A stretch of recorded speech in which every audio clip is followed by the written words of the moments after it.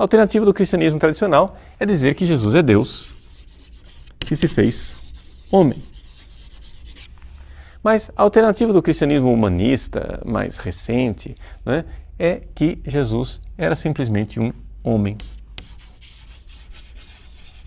Agora, as pessoas, quando dizem que Jesus é homem, estão dispostas a aceitar que Jesus é um homem bom. Por quê?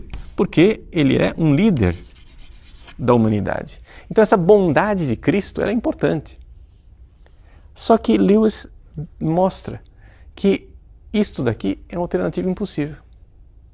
Por quê? Porque no seu agir, Jesus se comporta com a consciência de ele ser Deus que se fez homem.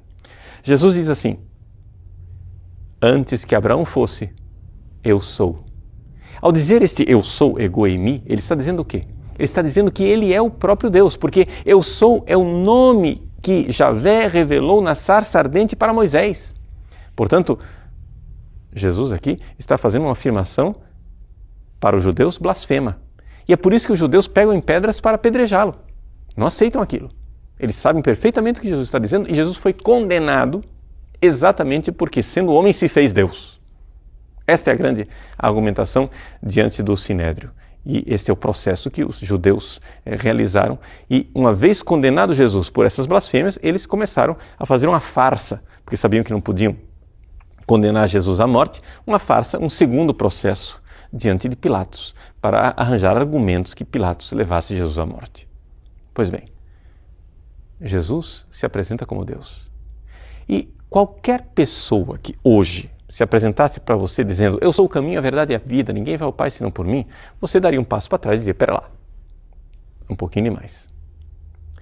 Portanto, ou Jesus de fato é Deus que se fez homem, ou então ele é um homem mau. Ele não pode ser um homem bom. E em que sentido Jesus é um homem mau? Em dois sentidos. Ou ele é mau moralmente, ou ele é mau intelectualmente.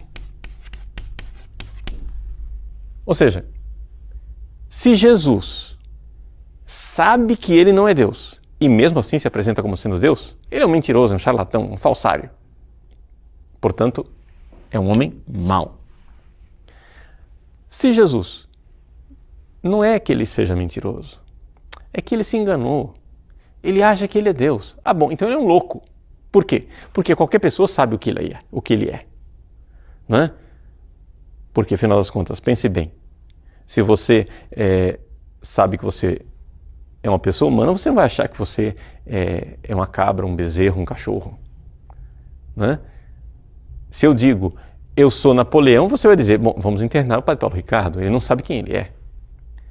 O mínimo que se exige de uma pessoa sadia mentalmente é que ela saiba quem ele é. Então, Jesus era mau intelectualmente, era um louco, lunático. Então, aqui está absolutamente riscada a possibilidade de que Jesus fosse simplesmente um homem bom. Como diz um apologista protestante americano chamado Josh McDowell, aqui nós temos o trilema dos 3 L's. Lord, Liar, Lunatic. Ou seja, ou Jesus era o Senhor, Deus verdadeiro que se fez homem, ou então, se ele era somente homem, ele era um mentiroso, ou então um lunático. Não se dá uma terceira alternativa. Só que acontece o seguinte, quando você se aproxima do Evangelho sem estar apaixonado, sem preconceitos, e você começa a olhar para aquilo que está lá, você começa a ver que não pode ser o ensinamento de um louco. Porque os loucos não dizem aquilo. Se ele não tinha consciência de quem ele era, como é possível que ele manifeste essa consciência aguda do que é a pessoa humana? Quando você lê o Evangelho, você se vê ali, você vê Jesus radiografando você, você vê ele interpretando você. Se ele sabia quem eu sou, como é que ele não sabia quem ele é? Então, descartado que ele seja um louco. Também é descartado que ele seja um homem perverso. Por quê? Porque um homem que amou tanto, que deu a vida, que derramou seu sangue, daquela forma extraordinária, como está apresentado ali, que transformou vidas simplesmente com um olhar da sua bondade. da sua misericórdia. Não pode ser um falsário, não pode ser um farsante, não pode ser um charlatão. Então, está tirado isso daqui também. Então, assim está demonstrado que Jesus só pode ser Deus que se fez homem. Trata-se de um jogo de xadrez. Você está vendo aí que a peça, o rei, só pode se mover para essas 3 casas.